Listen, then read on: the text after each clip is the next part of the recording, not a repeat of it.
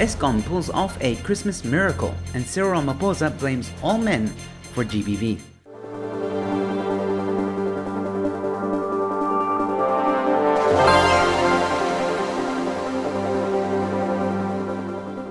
Hello, ladies and gentlemen, and welcome to the News in 5. Also, a little bit of a disclaimer with regards to the story about Cyril. I am recording this where at the moment it's a bit of a limbo situation whether Cyril is going to resign or not. By the time this video is released, he may have resigned. Or not. But anyway, I just wanted to mention that. Alright, now let's get into it. Last week, I did an episode possibly explaining how Eskom might have load shedding during Christmas and New Year for the very first time. But it seems like Eskom is going to perform a Christmas miracle. It's a Christmas miracle!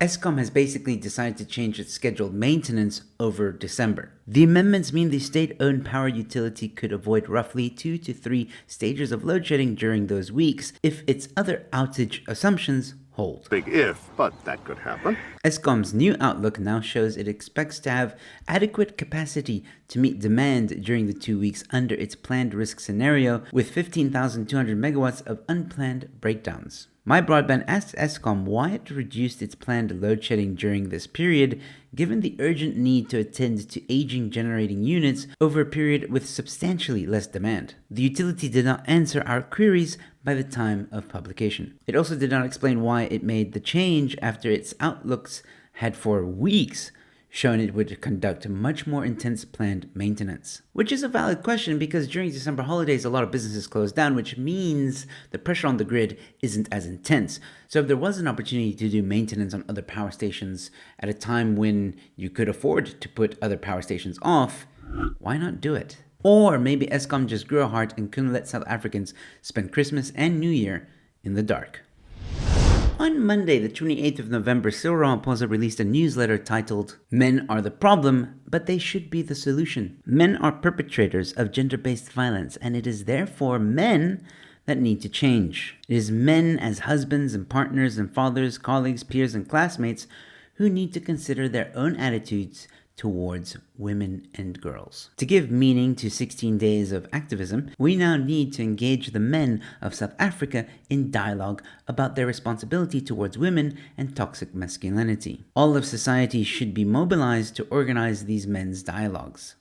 I resent that. Trust me, I know what you're thinking, and so does Action Society. Government to blame for murder and sexual offenses, not men. President Ramaphosa should rethink his statement that men are the problem when speaking about murder and assault, said Ian Cameron, Director of Community and Safety at Action Society. It is typical for the government to shrug their shoulders and blame someone else when they are failing vulnerable South Africans. Action Society feels that the serious issues surrounding DNA processing, a defunct National Register of Sex Offenders (NRSO), poor police work, and low conviction rates, which all reside under the management of government, should be to blame. For example, the DNA backlog. The Minister of Police, Beketele, had been promising for years that the DNA backlog, which according to his creative calculations, stands at 71,000. And this will be cleared only to move the deadline every time it expires. NRSO, the register, which should protect the vulnerable against sex offenders, had a backlog of almost 12,000 applications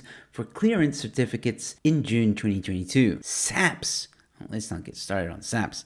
But the police are under-resourced and mismanaged, leading to the murder of 19,511 people, of which 98% of victims are men, and 38,937 recorded cases of sexual offenses in 2022. The number of sexual offenses is underreported as many women believe their assailant will not face justice. And here's why: the conviction rates. Statutory sexual offenses courts had to be established and resourced according to the law from 7th of February 2020, but no Section 55A sexual offenses courts have been established by 20th of June 2022. Furthermore, the Department of Justice proudly states a conviction rate of around 75% in sexual offenses, but that number only refers to verdict to conviction, not registration to sentence. But perhaps this is the most important statement of the entire press release. There are many men who walk the extra mile despite challenges caused by poor governance